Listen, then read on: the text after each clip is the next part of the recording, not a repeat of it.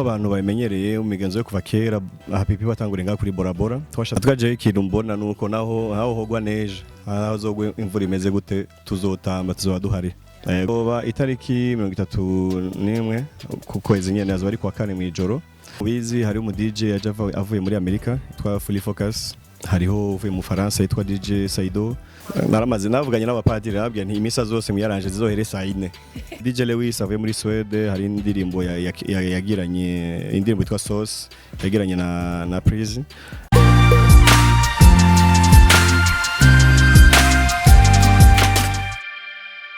ndabaramukije nongera ndabaha ikaze kuri Imperial TV nkuko mubibona ni Joel niho imbere twaba turi kuri Bora Bora ni kuri beach muraza kwibona kuri Imperial TV hanyuma tukaba turi kumwe na CEO wa Cristal Event uyu munsi yagiye kutuganira ku bijanye na Happy People ni event kirategurwa le 31 décembre ihereza umwaka muraza kumva byinshi kuri we rero reka ntangure ndabipfuriza umwaka mwiza wa 2021 muze mu buryo nubage muze mubone imigisha myinshi kaze rero kuri Imperial TV mubanza kugira subscribe okay CEO wa Cristal Event makuru ya ndakomeye cyane gose mumeze neza ndashima reka tubaye ikaze kuri Imperial TV ndabashimiye cyane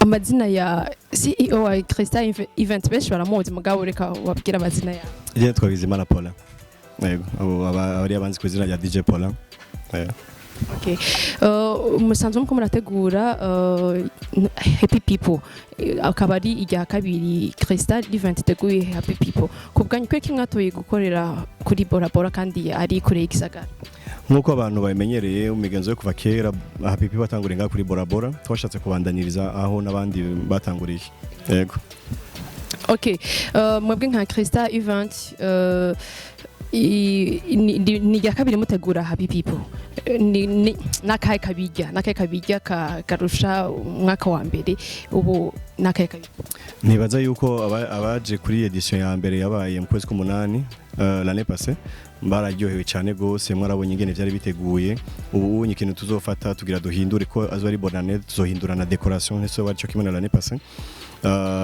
hariho abandi ba DJ baje uvuye muri Canada uvuye muri Swede uvuye mu Bushinwa abo nabandi twongeyemo hakaba haje n'uvuye muri Atlanta bashoboye kubona l'année passée igetuma twamugarukanye ni kwera baramukunze cyane gose Fully Focus yego nico kintu kizoba kibijya nubu nta baririmbyi bari invité abaririmbyi bazoba hari nka DJ Lewis avuye muri Swede hari indirimbo yagiranye indirimbo yitwa Sauce yagiranye na Prise hariho indirimbo jewe nakoranye na Swag Team hakaba hariho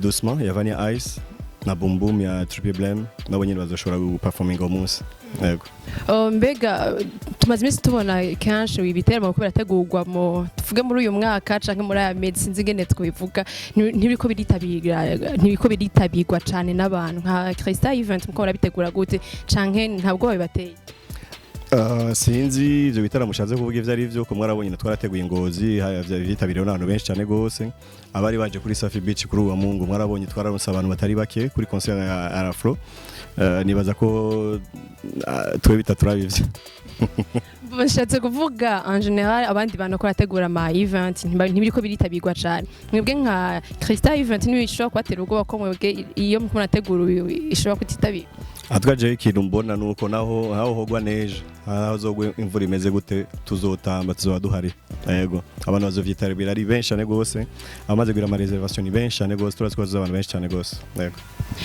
biragaragara cyane ko ama event ateguwe na Cristal Event abantu bayitabira ari benshi nakahe kabanga mukoresha kugira ngo mwitabirwe n'abantu benshi cyambere kwanza nashaka ndabashimire ko turaziko dufise abanyonyi benshi cyane gose barabizi yuko tudakora ama evenement cyangwa ibiteramo bimeze nabi nibaza ko iyo quality baba bakurikiye cyane cyane yego kandi turabemereye yuko tuzobandanya tubakorera dutanga karusho kuri ivyo yego.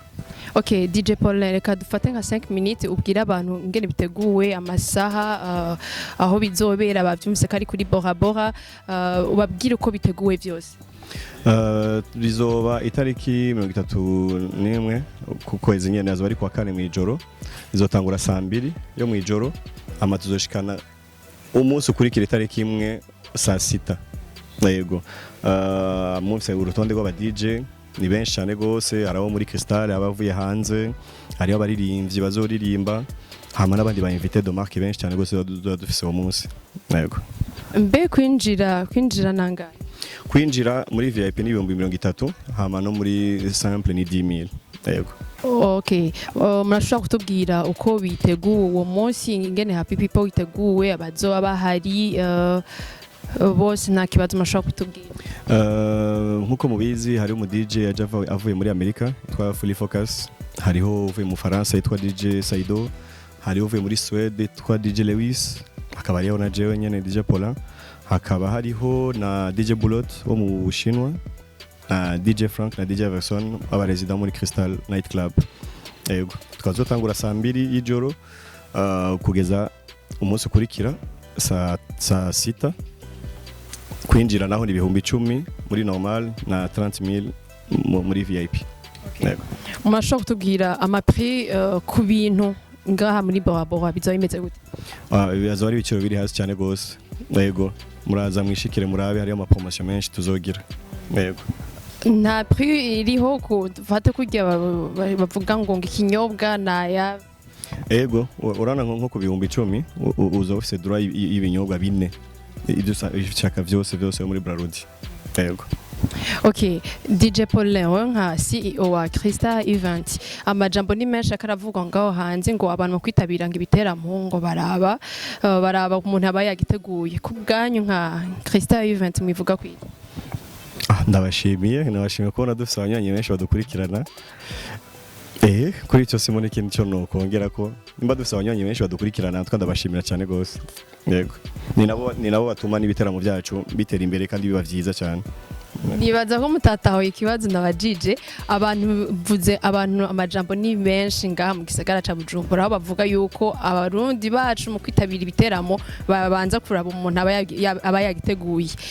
Kubwo nka Cristal Event mubibona gute? Nanagitahuye cyane negose ico kibazo, nico kutubana kubwiye nti birumvikana ko dufise abanywanyi benshi cyane badukurikirana. Yego, kandi bazobandanye badukurikirana gutyo nyene n'abandi bakurikirana nimba babona ko ivyo korategura ari vyiza. Okay.